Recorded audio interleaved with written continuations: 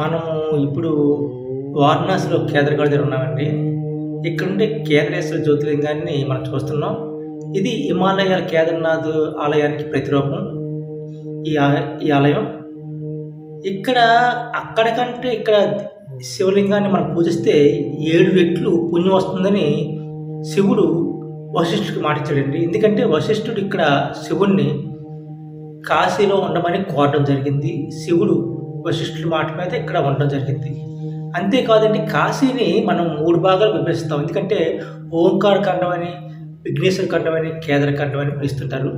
అయితే ఇక్కడ కాశీలో మరణించిన వ్యక్తి ముక్తి పొందుతారని నమ్ముతారు. దానికి కారణం ఏంటంటే ఇక్కడ కేదారేశ్వర పరిసర ప్రాంతాల్లో చనిపోయిన వారికి ముక్తి లభిస్తుందని శివుడు మాట ఇవ్వడం వల్ల.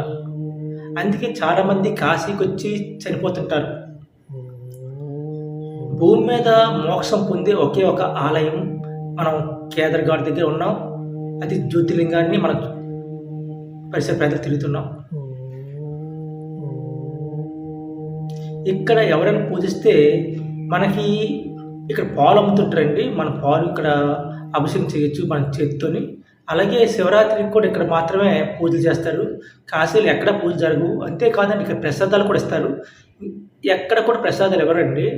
కేవలం ఇక్కడ కేదార్‌నాథ్ ఘాట్‌లో మాత్రం ప్రసాదాలు ఇస్తారు. అలాగే మనం చూసుకుంటే ఇక్కడ పూజలు చేసిన కష్టాలు కానీ గురించి దేవుడికి చెప్పుకుంటే అవి తీరిపోతాయని భక్తుల విశ్వాసం. అంత గొప్ప దేవాలయంలో మనం ఉన్నాం. కాశీకి వచ్చేవారు తప్పకుండా దర్శించవలసిన ఏకైక ఆలయంలో కేదారేశ్వర జ్యోతిర్లింగాన్ని తప్పకుండా దర్శించాలండి. ఎందుకంటే ఇది మోక్షాన్ని ఇచ్చే ప్రధాన ఆలయం భూమి మీద. ఇలా చెప్తుంది శివపురాణం. అలాగే మొత్తం హిందూ సంప్రదాయాలు ఉండే అన్ని పురాణాలు కూడా ఇక్కడ చెప్తున్నాయి. ఓం నమః శివాయ.